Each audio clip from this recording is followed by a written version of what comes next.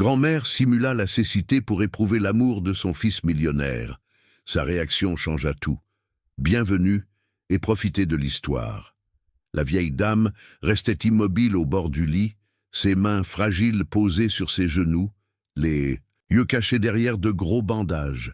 La chambre sentait l'antiseptique et la lavande, ce parfum qu'elle utilisait dans sa jeunesse, quand la vie avait encore de la couleur.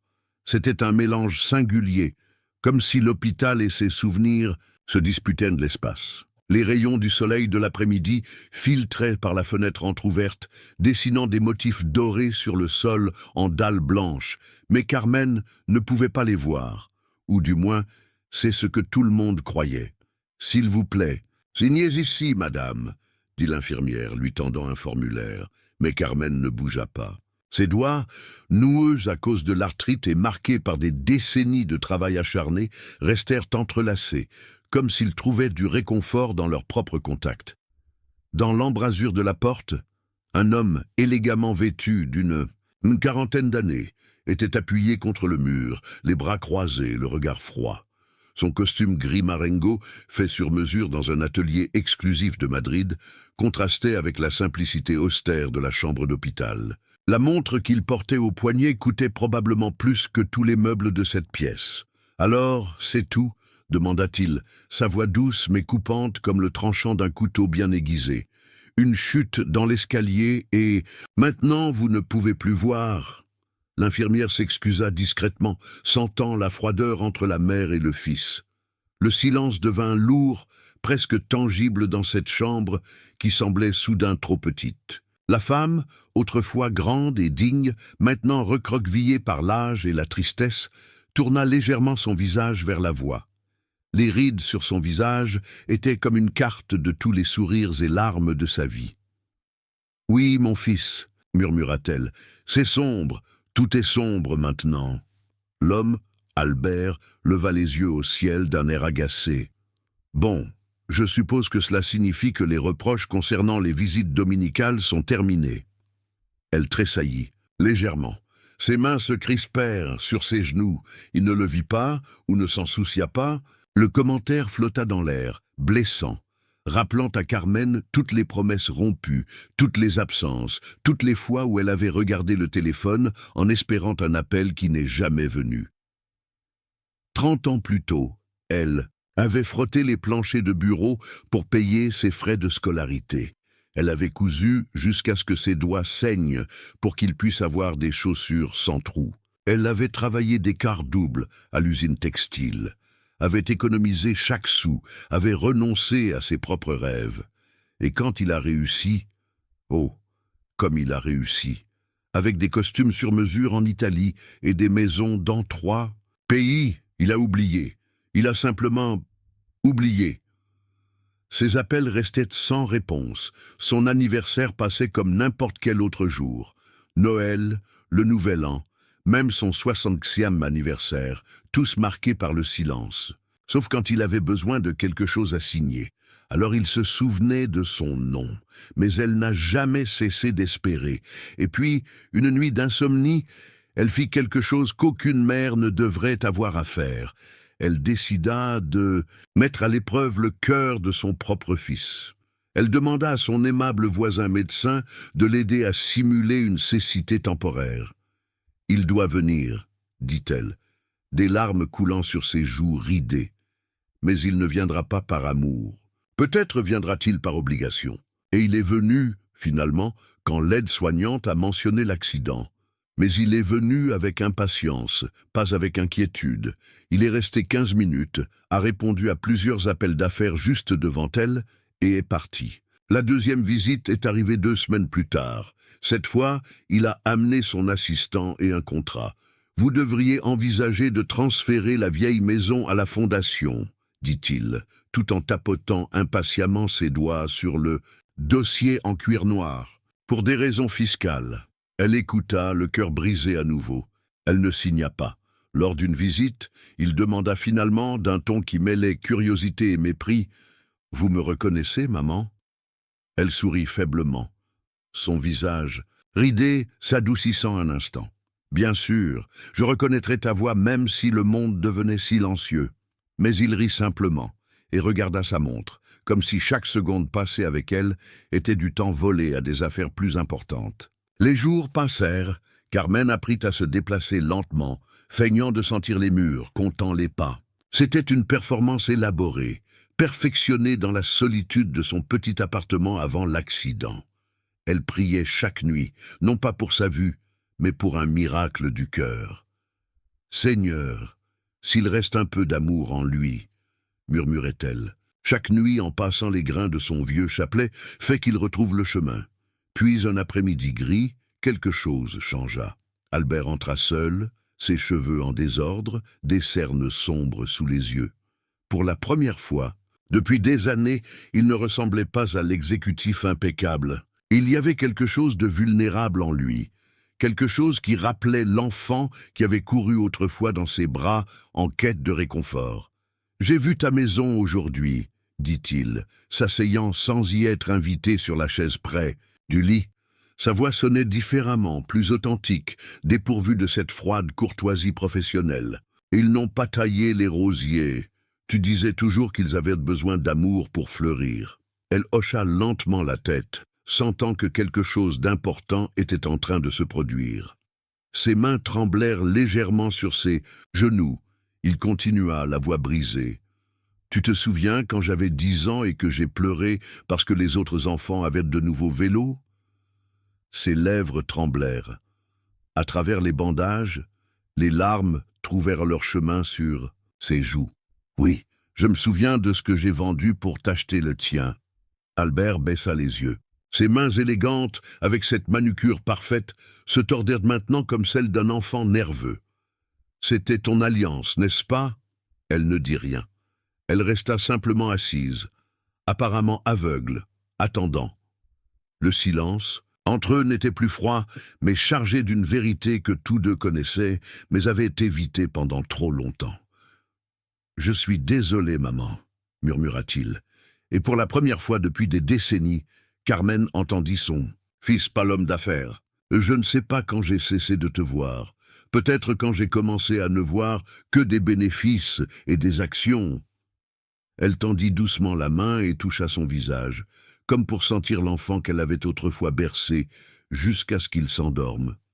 Ses doigts reconnurent chaque ligne, chaque angle. « Alors peut-être que cette cécité n'était pas la mienne, » murmura-t-elle, avec une sagesse que seules les années peuvent donner. Il s'effondra. Là, à ses pieds, le millionnaire pleura, comme un enfant, pour tous les anniversaires perdus, pour la bonté qu'il avait piétinée, pour les années gaspillées en orgueil. Cette nuit-là, elle ôta les bandages pendant qu'il dormait dans un fauteuil près de son lit, la tête reposant près de ses genoux. À la faible lueur de la lampe, il la vit à nouveau. Il la vit vraiment. Les lignes de remords étaient plus profondes qu'il n'avait imaginé. Son visage, même en rêve, portait le poids d'une vie construite sur des valeurs erronées. Le matin, quand il se réveilla, elle était assise, les yeux grands ouverts. « Tu peux voir ?» demanda-t-il, sous le choc. Elle hocha lentement la tête. « En réalité, je n'ai jamais arrêté. » Sa mâchoire trembla. Les yeux, si semblables à ceux de son défunt père, se remplirent de confusion, puis de compréhension, puis de honte. « Pourquoi ? Pour voir si tu pouvais encore, » répondit-elle. « Et maintenant, je le sais. » La semaine suivante, Albert annula ses réunions à l'étranger. Il emménagea dans sa petite maison, apprit à préparer son thé préféré, s'assit avec elle pendant la messe. Les voisins commencèrent à murmurer « Il a changé », et c'était le cas.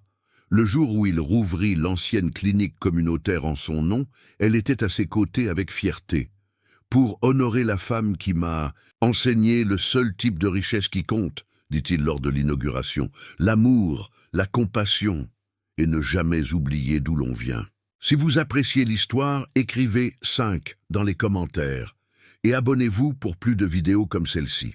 Sinon, écrivez 0. Cela m'aide à créer un contenu encore meilleur pour vous. Continuons. Albert n'avait jamais été un homme de mots émouvants. Son monde, c'était les chiffres, les projections de marché, les stratégies d'entreprise.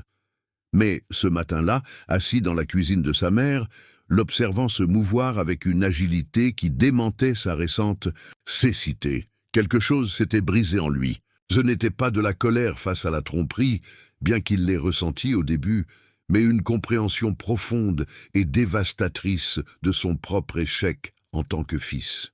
« Depuis combien de temps préparais-tu cela » demanda-t-il, alors qu'elle lui servait du café dans cette tasse ébréchée qu'il avait tant de fois essayé de remplacer, mais qu'elle refusait d'abandonner. « Ce n'était pas vraiment un plan, » répondit Carmen, s'asseyant en face de lui à la table en Formica qui avait vu grandir toute la famille. C'était plutôt un dernier espoir. Albert observa la cuisine autour de lui. Les murs jaunâtres avaient besoin d'une couche de peinture. Le réfrigérateur faisait un bruit étrange.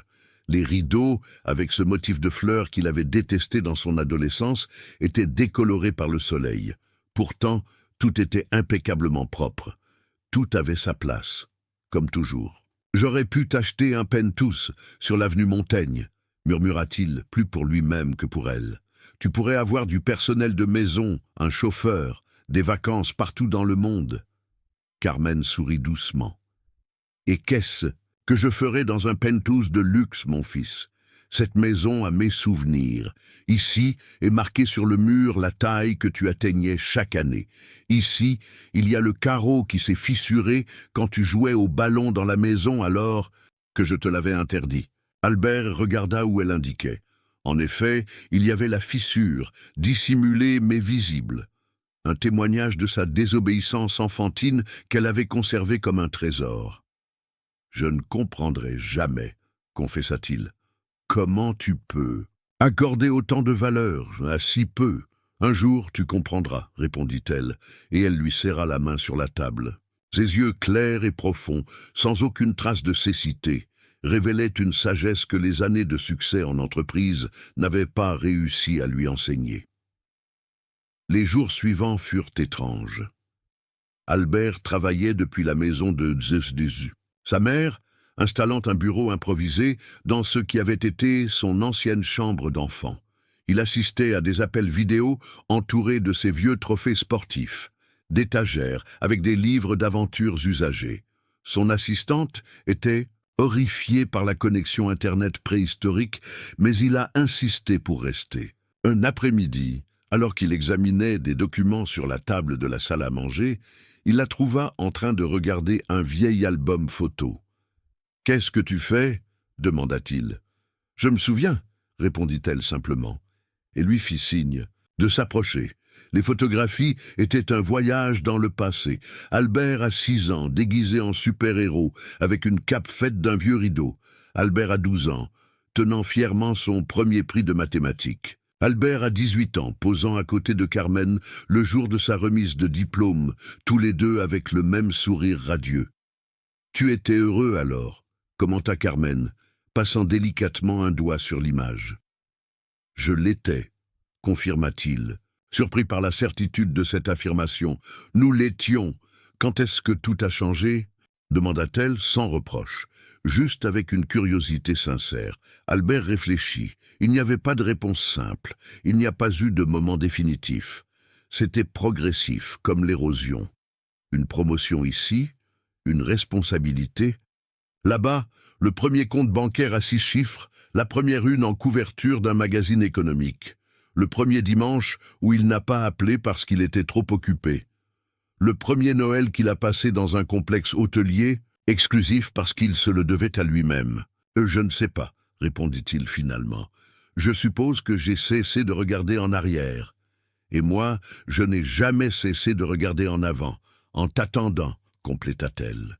Le silence qui suivit fut long, mais pas inconfortable. C'était le silence de 2 personnes qui disent enfin la vérité après des années à l'éviter.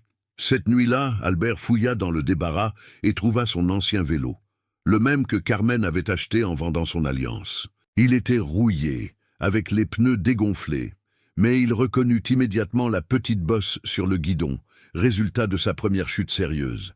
Il s'assit sur le sol poussiéreux, tenant ce souvenir tangible d'un sacrifice qu'il n'avait jamais pleinement valorisé.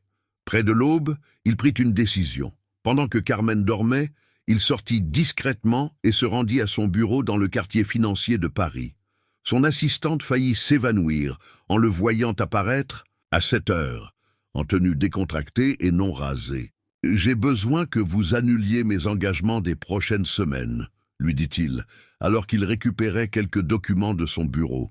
« Des semaines ? Mais monsieur, la fusion avec le groupe allemand est à une phase cruciale. Et le conseil d'administration attend votre présentation pour le prochain ?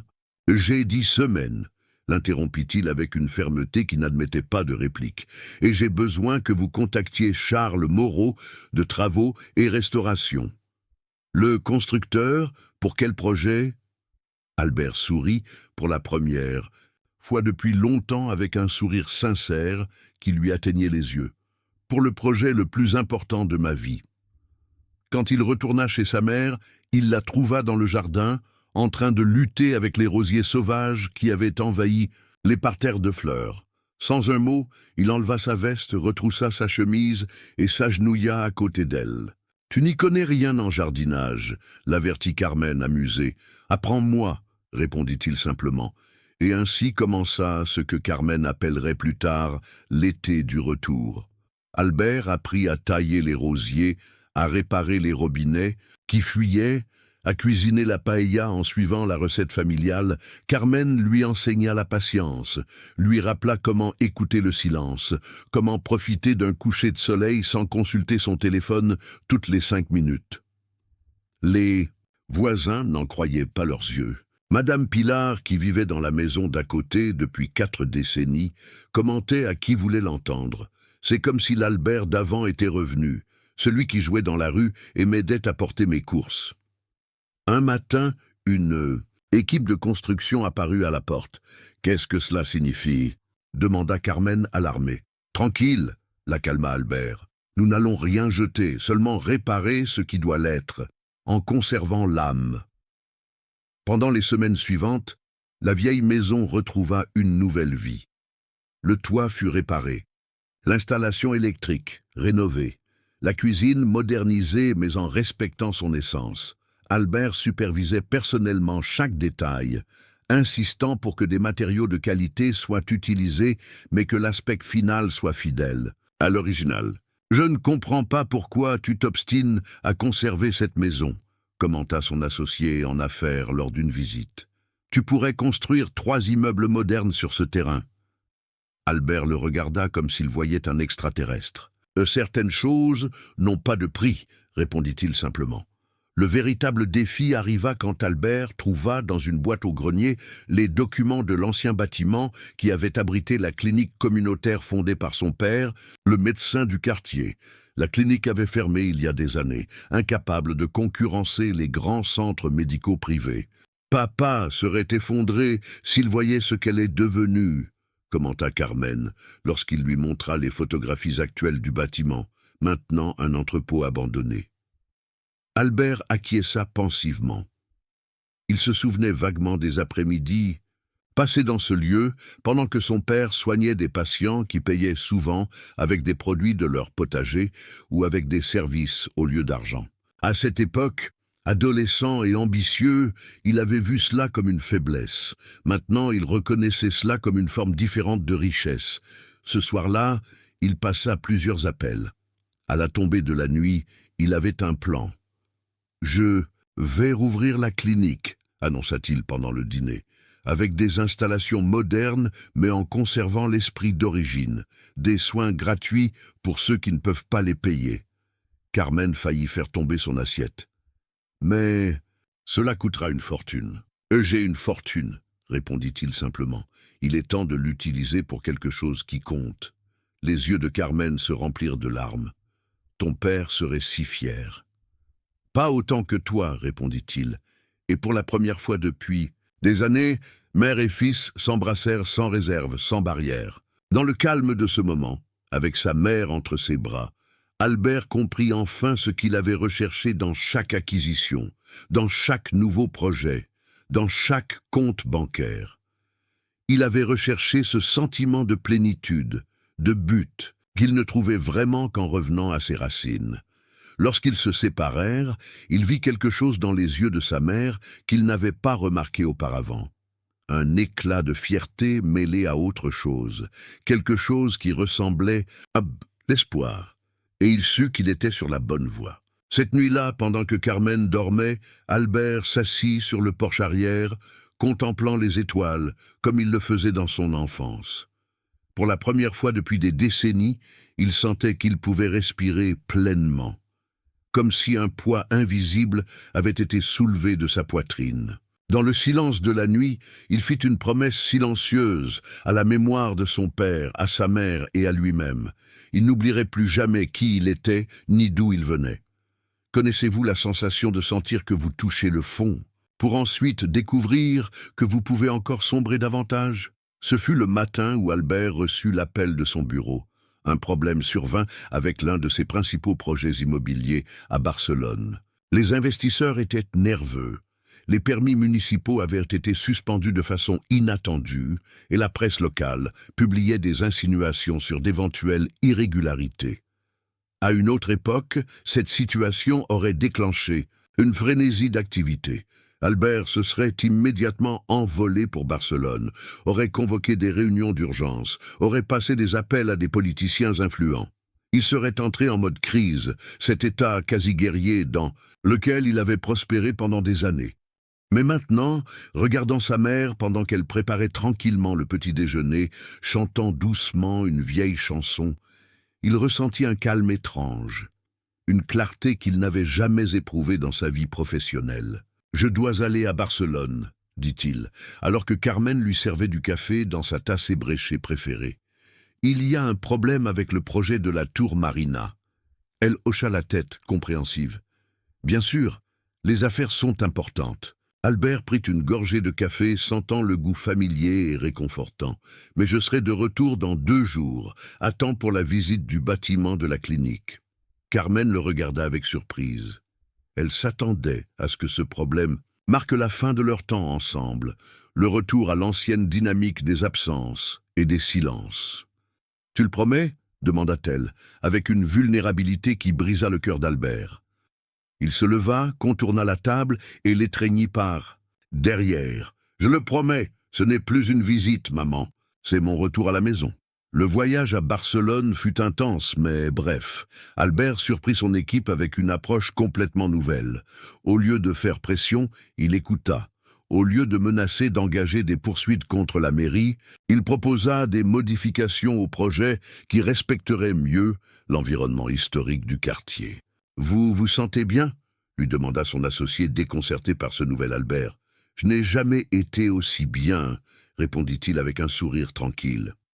« Je me souviens juste que les affaires concernent les gens, pas seulement les chiffres. » Comme il l'avait promis, il revint en 2 jours. Lorsque sa voiture s'arrêta devant la maison, il vit Carmen dans le jardin plantant de nouvelles fleurs. En le voyant, son visage s'illumina d'une joie qui fit qu'Albert se sentit momentanément honteux. Combien de fois l'avait-il déçu pour qu'une simple promesse tenue la rende si heureuse? « Juste à temps pour le déjeuner, » dit-elle, en enlevant ses gants de jardinage. « Juste à temps pour t'aider avec ces fleurs, » corrigea-t-il, laissant son porte-documents sur le porche et s'agenouillant à côté d'elle dans la terre. Cet après-midi, ils visitèrent l'ancien bâtiment de la clinique. Il était en pire état que ce dont Albert se souvenait. Le toit avait des fuites évidentes, les murs présentaient des taches d'humidité, et les sols en mosaïque étaient fissurés et sales. Mais la structure de base restait solide, comme si elle résistait à disparaître complètement. « Ton père a soigné ici 3 générations de voisins, » commenta Carmen pendant qu'il parcourait les pièces vides. Il connaissait chaque famille par son nom, leur joie, leur peine. Albert s'arrêta dans ce qui avait été le cabinet principal.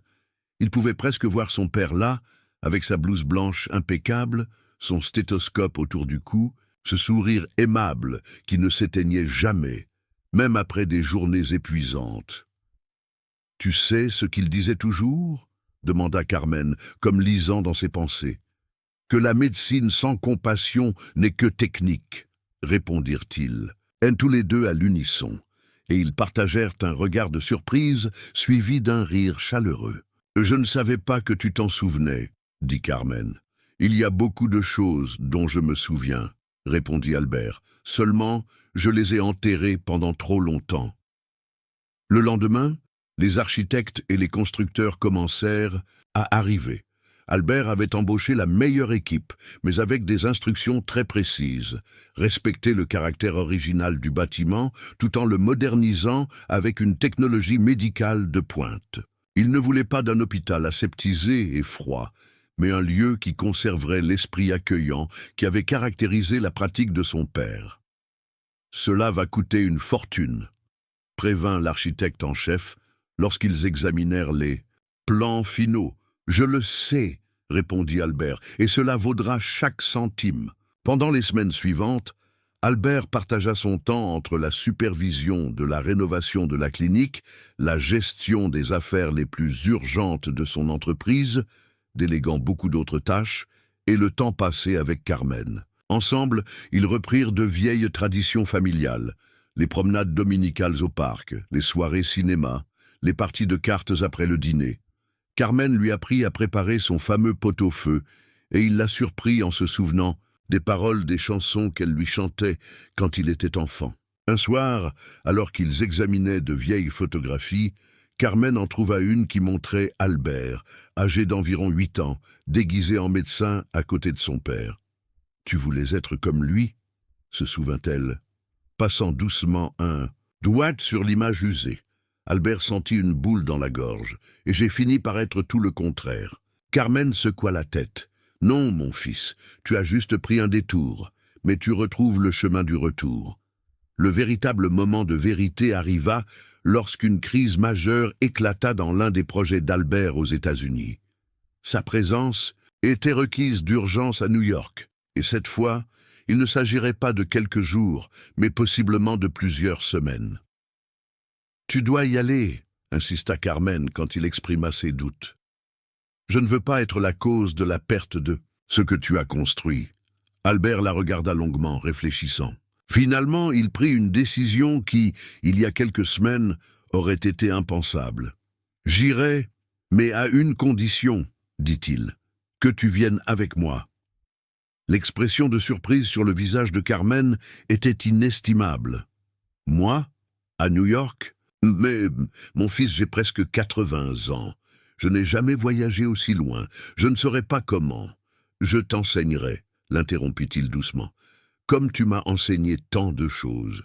Il est temps que tu voies un peu du monde que tu as aidé à construire pour moi. » Et ainsi, contre toute attente, Carmen Sanz, qui n'était jamais sortie d'Espagne, se retrouva à bord d'un avion en première classe en direction de New York. Albert observait avec tendresse son mélange de nervosité et d'émotion, comment ses yeux s'illuminaient à chaque nouvelle expérience, l'écran de divertissement personnel, le menu gastronomique, les attentions des hôtesses de l'air. « C'est absurdement luxueux », commenta-t-elle, s'installant dans son siège inclinable. « À mon époque, voyager en avion était déjà un luxe en soi. » Albert sourit. « Considère cela comme une petite compensation pour toutes les fois où je t'ai promis de t'emmener en voyage et où je ne l'ai pas fait. » Pendant les 2 semaines à New York, Albert réussit à combiner ses responsabilités professionnelles avec le rôle de guide touristique pour sa mère. Le matin, il assistait à des réunions cruciales. L'après-midi, il emmenait Carmen découvrir la ville.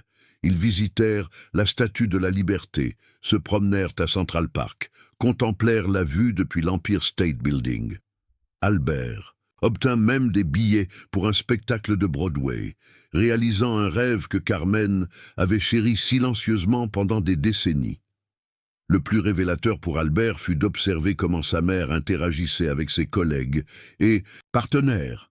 Loin de se sentir intimidée par le monde de l'entreprise, Carmen montrait une dignité naturelle et une sagesse qui impressionnaient tout le monde. Lors d'un dîner crucial avec des investisseurs, ce fut son anecdote simple sur l'importance de la confiance dans les affaires, illustrée par l'histoire du vieux commerçant de son quartier, qui fit finalement pencher la balance en faveur du projet d'Albert. « Votre mère est extraordinaire », commenta son principal partenaire américain après le dîner. « Je comprends maintenant d'où vient votre ténacité. » De retour en France, quelque chose avait définitivement changé dans leur relation. Ils n'étaient plus seulement une mère et un fils qui se reconnectaient. C'étaient deux adultes qui se respectaient mutuellement, qui appréciaient sincèrement la compagnie l'un de l'autre. Le projet de la clinique avançait rapidement.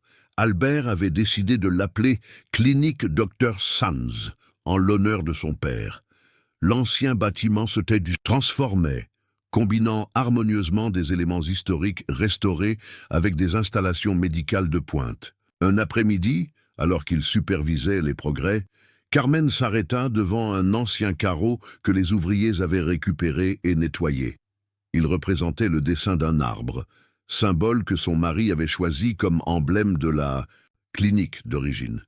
Il disait toujours que la médecine, c'était comme prendre soin d'un arbre, se souvint-elle, la voix teintée d'émotion. Les racines sont la science, le tronc est l'expérience, et les branches sont la compassion qui atteint tout le monde. Albert contempla le carreau avec de nouveaux yeux.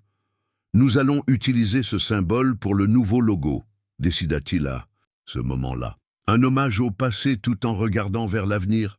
Ensemble, ils conçurent un plan pour que la clinique offre non seulement des soins médicaux généraux, mais aussi des programmes spécifiques pour les personnes âgées du quartier et les familles à faible revenu. Albert utilisa ses contacts pour obtenir des dons d'équipements médicaux de pointe et finança personnellement un fonds pour garantir que personne ne soit refusé par manque d'argent. « Tu te rends compte de ce que tu fais ?» lui demanda Carmen un soir, alors qu'ils partageaient une infusion sur le porche. « Tu réalises le rêve de ton père et le mien. » Albert réfléchit à ces mots. « Je réalise un rêve dont je ne savais même pas que je l'avais, » confessa-t-il. « Toute ma vie à courir après le succès, et il s'avère que la véritable satisfaction était de revenir à la maison. Avez-vous déjà ressenti comment une simple vérité peut changer votre perspective sur la vie ? Connaissez-vous quelqu'un qui a redécouvert ses racines après des années d'éloignement ? Racontez-nous votre expérience dans les commentaires. » À mesure que l'automne parisien teignait les arbres de doré et d'ocre, Albert continua sa transformation personnelle. Ses partenaires étaient étonnés du changement dans son approche des affaires. Là où il privilégiait auparavant uniquement le profit, il insistait désormais pour considérer l'impact social de chaque projet. Il refusa plusieurs opportunités lucratives qui auraient signifié le déplacement de voisins de quartiers modestes et réorienta une partie de son entreprise vers la réhabilitation de logements dans des zones dégradées. « Tu es devenu un idéaliste », l'accusa à moitié en plaisantant l'un de ses plus anciens directeurs lors d'une réunion. Albert sourit.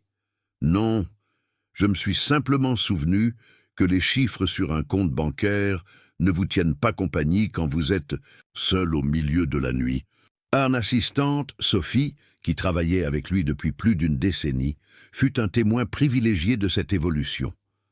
Un matin, il la trouva en train d'examiner les plans d'un nouveau parc pour enfants qu'il donnait au quartier de son enfance. « Si vous me permettez l'observation, » commenta-t-elle en lui servant du café, « je ne vous avais jamais vu aussi serein. » Albert leva les yeux des plans.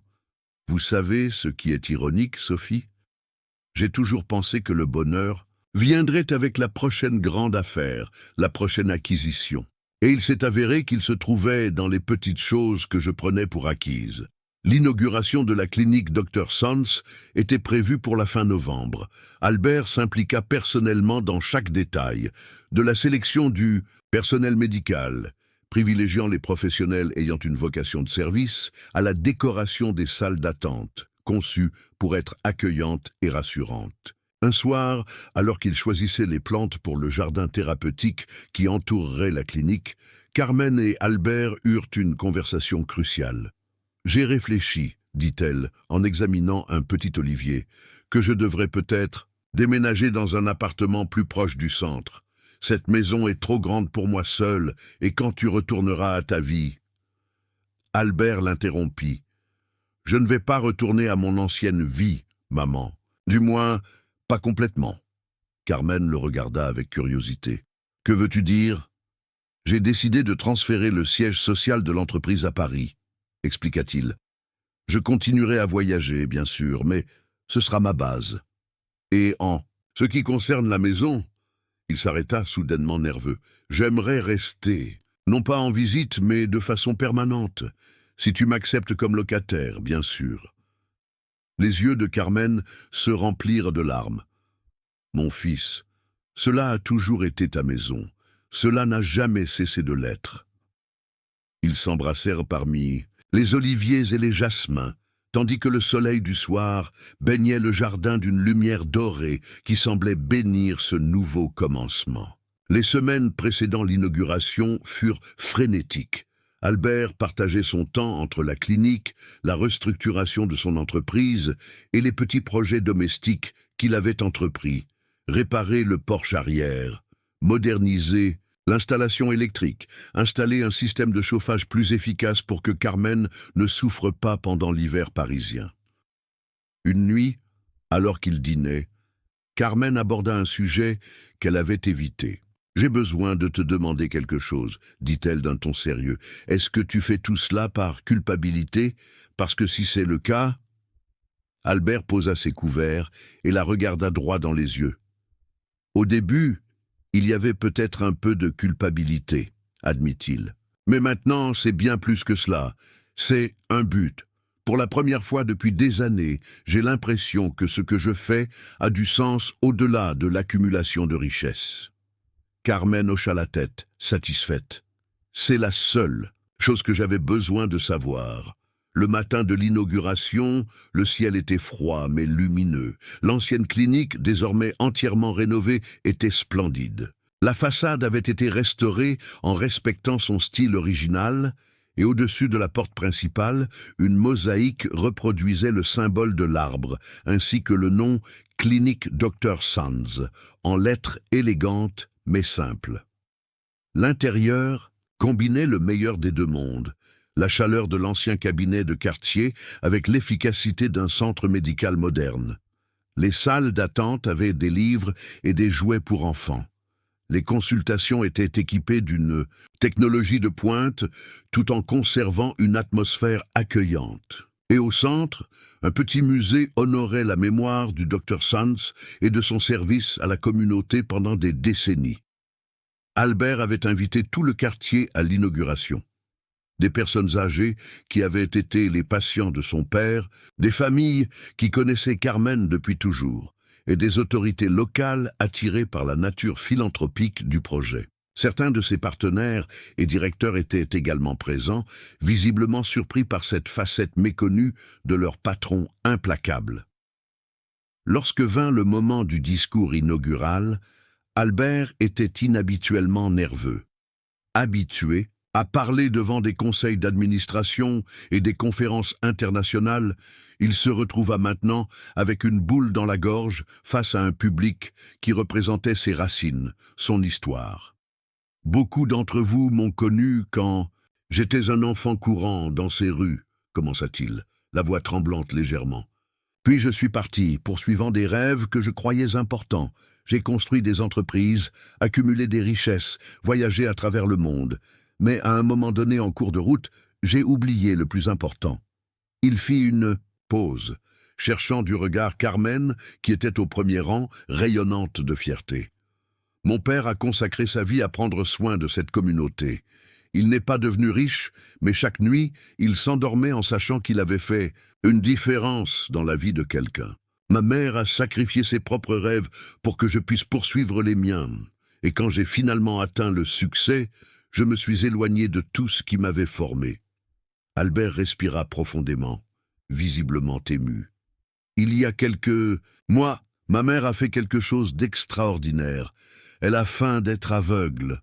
Un murmure parcourut l'assistance. Carmen baissa les yeux, momentanément gênée. Elle ne l'a pas fait pour me manipuler ou me tromper, continua Albert. Elle l'a fait parce que, dans sa sagesse, elle savait que j'étais celui qui était réellement aveugle. Aveugle aux valeurs qui comptent vraiment, la famille, la communauté, le service aux autres. Ses yeux s'humidifièrent, mais il continua d'une voix ferme. Cette clinique est plus qu'un hommage à mon père, c'est un nouveau commencement, un engagement envers les valeurs qu'il et ma mère m'ont enseignées, Un rappel que la vraie richesse ne se mesure pas en compte bancaire, mais dans les vies que nous touchons, dans la différence que nous faisons. Regardant directement Carmen, il conclut « Pour honorer la femme qui m'a enseigné le seul type de richesse qui compte, l'amour, la compassion, et ne jamais oublier d'où l'on vient. » Quand il eut terminé son discours, il n'y eut pas d'applaudissements immédiats. Il y eut un moment de silence ému, suivi d'une ovation spontanée qui sembla secouer les fondations du bâtiment récemment rénové.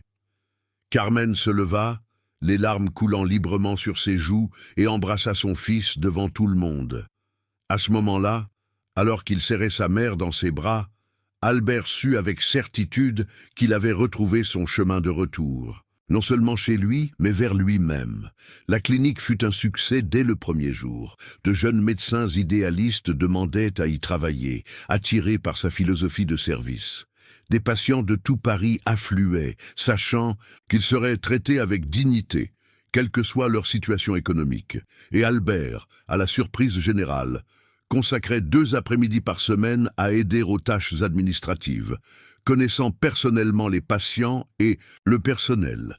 Carmen, de son côté, organisa un programme d'accompagnement pour les personnes âgées isolées du quartier. 2 fois par semaine, la maison qui était restée vide pendant si longtemps se remplissait de rires et de conversations pendant qu'elle servait du chocolat chaud et des biscuits faits maison à ses invités. Un après-midi de printemps, près d'1 an après l'incident de la cécité, comme Albert et Carmen l'appelaient désormais avec humour, tous deux appréciaient la tranquillité du jardin. Les rosiers qu'ils avaient plantés ensemble fleurissaient avec exubérance, et le vieux cerisier dans lequel Albert avait grimpé dans son enfance était couvert de fleurs roses. « Es-tu heureux, mon fils ?» demanda Carmen, le regardant par-dessus son livre. Albert réfléchit avant de répondre. Sa vie avait radicalement changé. Il continuait à diriger son entreprise, mais avec une approche différente, plus équilibrée. Il partageait son temps entre les affaires, la clinique et sa famille, Carmen, mais aussi des cousins et des oncles avec lesquels il avait renoué. Il avait simplifié de nombreux aspects de son existence, vendant des biens qu'il n'utilisait jamais, faisant don d'une partie de sa collection d'art à des musées publics. « Plus qu'heureux », répondit-il finalement. « Je suis en paix, et je suis reconnaissant. » Carmen sourit, satisfaite. « Tu sais, quand j'ai planifié ma petite supercherie, je n'avais pas de grands espoirs. Je voulais juste que tu me voies une dernière fois avant qu'il ne soit trop tard.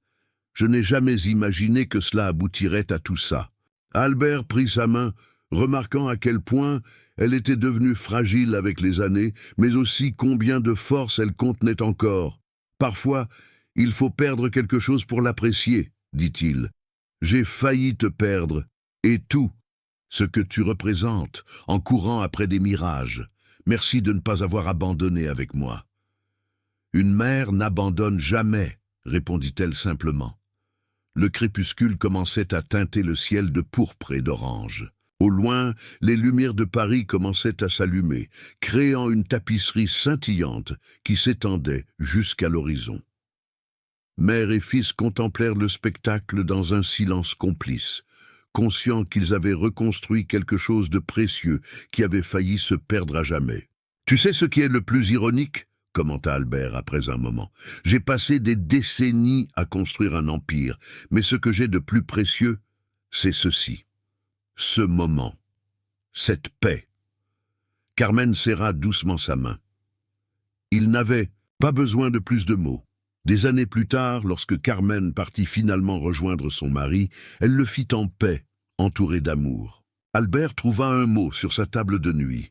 De son écriture fragile mais déterminée, elle avait écrit « Il voit maintenant, il voit vraiment. Mes yeux peuvent se fermer en paix. » Albert plia soigneusement le mot et le garda près de son cœur. La clinique continuait de prospérer, désormais avec des programmes supplémentaires pour les mères célibataires et les enfants en situation de vulnérabilité. La fondation qu'il avait créée en mémoire de ses parents soutenait des étudiants en médecine, engagé auprès de communautés défavorisées. Et lui, l'homme qui n'avait autrefois valorisé que la réussite matérielle, trouvait désormais sa plus grande joie dans les sourires de gratitude de ceux qui l'aidaient.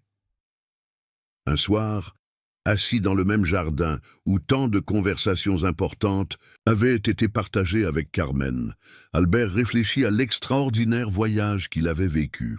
D'ambitieux entrepreneurs déconnectés de ses racines à hommes engagés envers des valeurs qui transcendaient le matériel.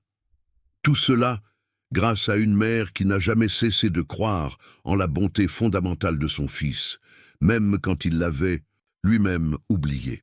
Aucun acte d'amour n'est passé inaperçu au ciel, murmura-t-il, se souvenant de l'une des phrases préférées de Carmen. Même un cœur de mère brisé peut devenir la lumière qui guide une âme perdue vers la maison. Et ainsi, entre le parfum des roses que Carmen aimait tant et sous le même ciel qu'il avait contemplé dans son enfance, Albert comprit la leçon, la plus précieuse de toutes, que la vraie vision n'est pas celle des yeux, mais celle du cœur. Avez-vous vécu une expérience où quelqu'un de proche vous a aidé à voir quelque chose d'important que vous ne pouviez pas percevoir par vous-même? Faites-nous part en commentaire de la façon dont cette expérience a changé votre vie. Albert continua sa nouvelle vie, trouvant un équilibre qu'il n'avait jamais connu. Il consacrait ses matinées à ses responsabilités professionnelles, désormais orientées vers des projets à impact social positif. Les après-midi, il supervisait la clinique et d'autres programmes communautaires qu'il avait lancés. Et les soirs, il profitait de la tranquillité du foyer qu'il avait redécouvert. La maison de Carmen, qui était maintenant sa maison, restait le centre de son existence. Il avait résisté à la tentation de la moderniser excessivement, préférant conserver ces petits détails qui contenaient tant de souvenirs. La marque sur le mur qui indiquait sa taille à 12 ans, la bosse sur le cadre de la porte lorsqu'il a essayé d'y faire passer son premier vélo, les rideaux brodés à la main par sa mère. Les voisins, qui avaient initialement regardé avec scepticisme son retour, le saluaient désormais avec une affection sincère. Madame Pilar, la voisine qui avait connu toute sa vie, l'invitait régulièrement à prendre le thé et à partager des histoires du quartier. Les enfants qui jouaient sur la place voisine ne le voyaient plus comme le monsieur important, mais simplement comme Albert, celui de la clinique. Un dimanche matin, alors qu'il revenait d'acheter du pain frais, à la boulangerie de toujours, Albert s'arrêta devant l'église du quartier. Cela faisait des décennies qu'il n'y était pas entré, mais quelque chose l'a poussé à le faire ce jour-là. L'intérieur était presque vide, avec seulement quelques fidèles dispersés sur les bancs. Il s'assit au dernier rang, laissant les rayons du soleil qui traversaient les vitraux créer des motifs multicolores autour de lui. Ce ne fut pas une expérience religieuse dramatique, mais plutôt un moment de sereine clarté. Là, dans cet espace sacré où il avait été baptisé, où sa mère avait prié pour lui pendant ces années d'éloignement, Albert sentit que le cercle se refermait. Son voyage aller-retour, des racines à l'ambition démesurée, et de retour aux valeurs essentielles, prenait un sens profond. En sortant, il croisa le curé, un homme âgé qui avait connu toute la famille Sands. « Je suis heureux de vous voir ici, Albert », commenta le prêtre. « Votre mère disait toujours que vous reviendriez. »« Même quand je n'y croyais pas moi-même » demanda Albert avec un sourire mélancolique. « Surtout alors, » répondit le curé. « La foi d'une mère est l'une des forces les plus puissantes de l'univers. » Cette conversation resta avec Albert alors qu'il rentrait chez lui, le pain encore chaud sous le bras. Il pensa à toutes les fois où il avait rejeté la sagesse de Carmen, comme étant dépassée ou sans importance dans le monde moderne des affaires.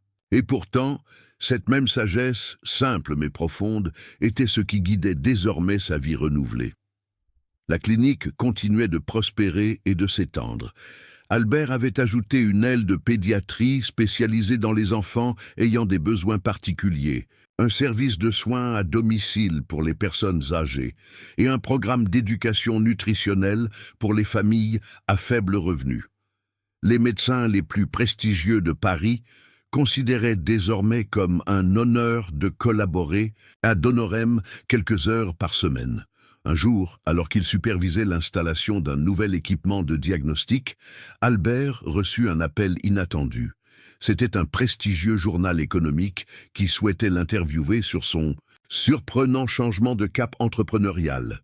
Initialement hésitant, il n'avait jamais été un adepte de la presse, mais il accepta finalement, voyant là une opportunité de promouvoir sa vision d'un capitalisme plus humain et responsable.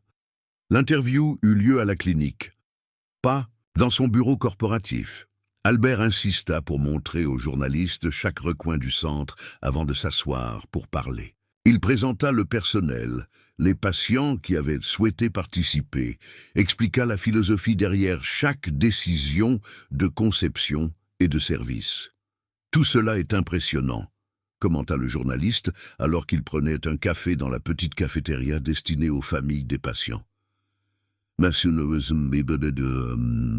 ce qui intrigue vraiment nos lecteurs, c'est pourquoi.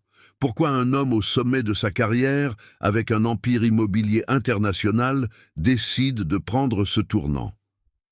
Albert réfléchit à la question.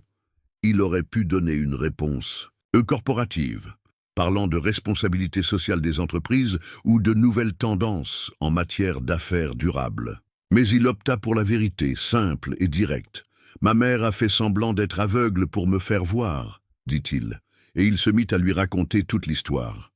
Le journaliste écoutait fasciné.